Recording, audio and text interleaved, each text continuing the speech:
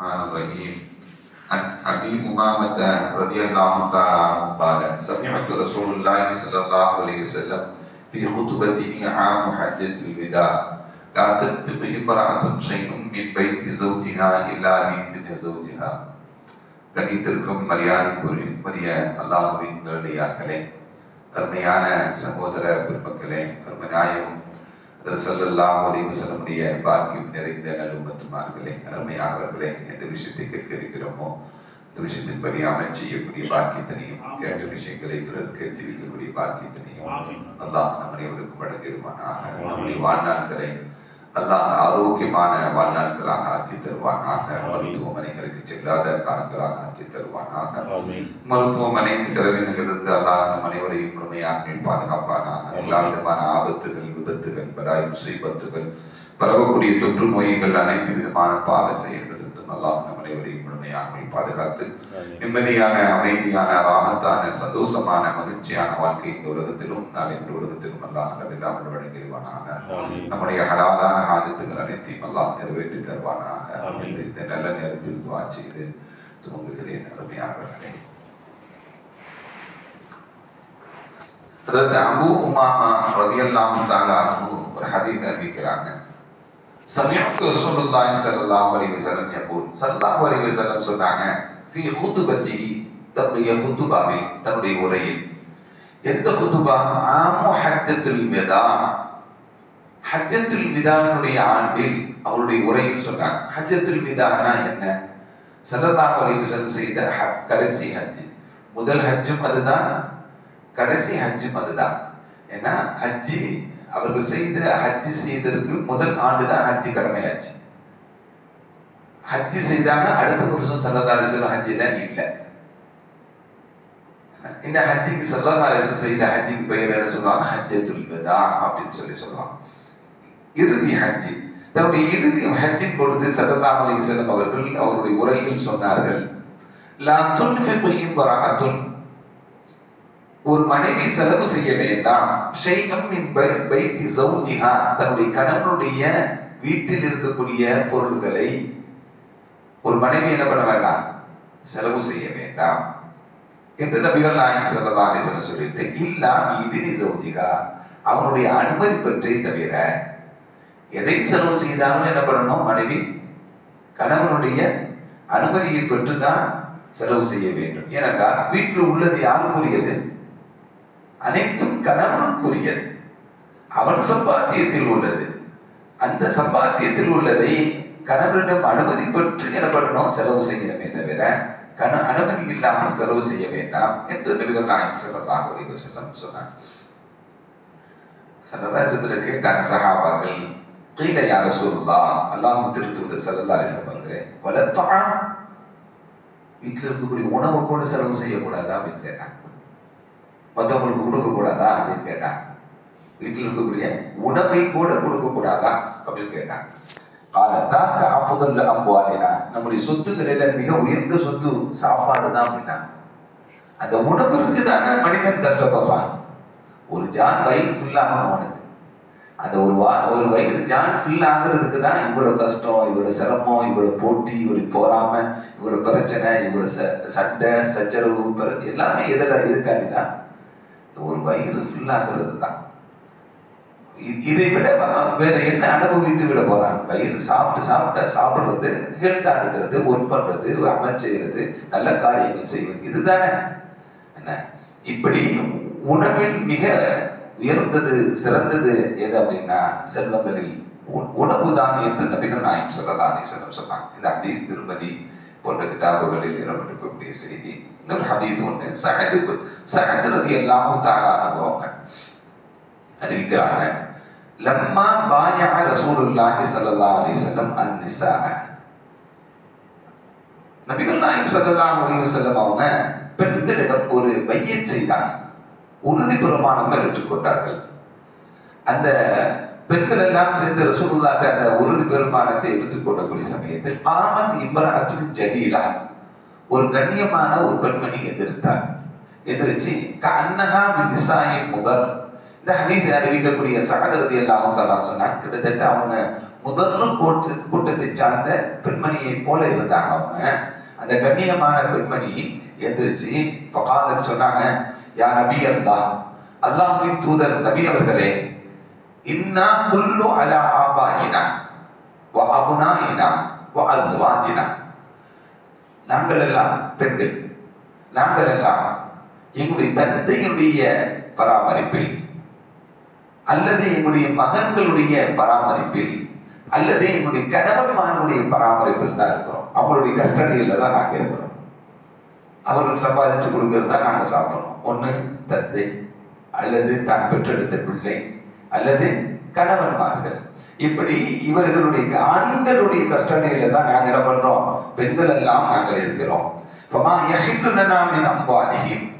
அவர்களுடைய செல்வங்களிலிருந்து எங்களுக்கு எதுவும் அனுமதி இல்லையா? அவனுடைய செல்வங்களிலிருந்து, தந்தையுடைய செல்வத்திலிருந்து, மகனுடைய செல்வத்திலிருந்து அல்லது தன்னுடைய கணவனுடைய செல்வத்திலிருந்து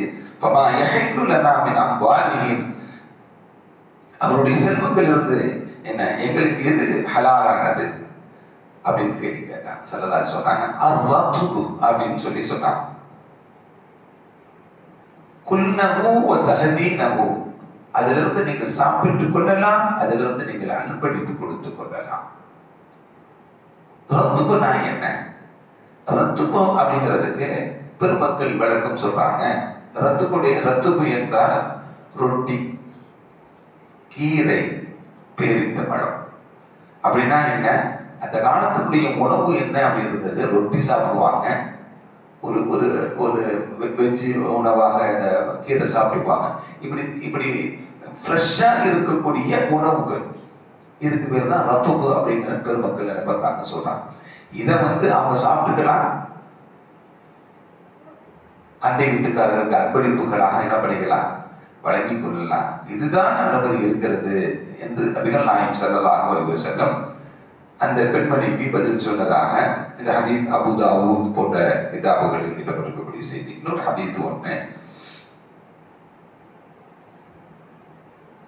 ஒரு பெண்மணி நபிகள் நாயகம் ஸல்லல்லாஹு அலைஹி வஸல்லம் வர்றாங்க. வந்தவங்க கேட்கிறாங்க, யா ரசூலல்லாஹ், ஒரு மனிதர் வருகிறார். ஜாஅ ரஜுலுன் இலா நபி ஸல்லல்லாஹு அலைஹி வஸல்லம், ஸல்லல்லாஹு அலைஹி வஸல்லம் ஒரு மனிதர் வருகிறார். வந்தவர் கேட்கிறார், என்னுடைய தாயார் திடீரென மரணமாகி விட்டார்கள். என்னுடைய தாயார் திடீரென மரணமாகி விட்டார்கள். அவர்கள்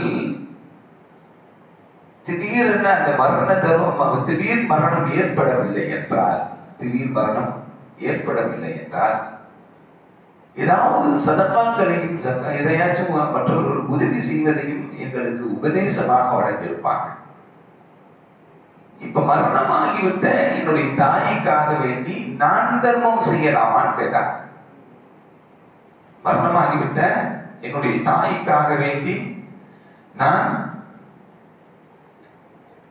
தர்மம் செய்யலாமா?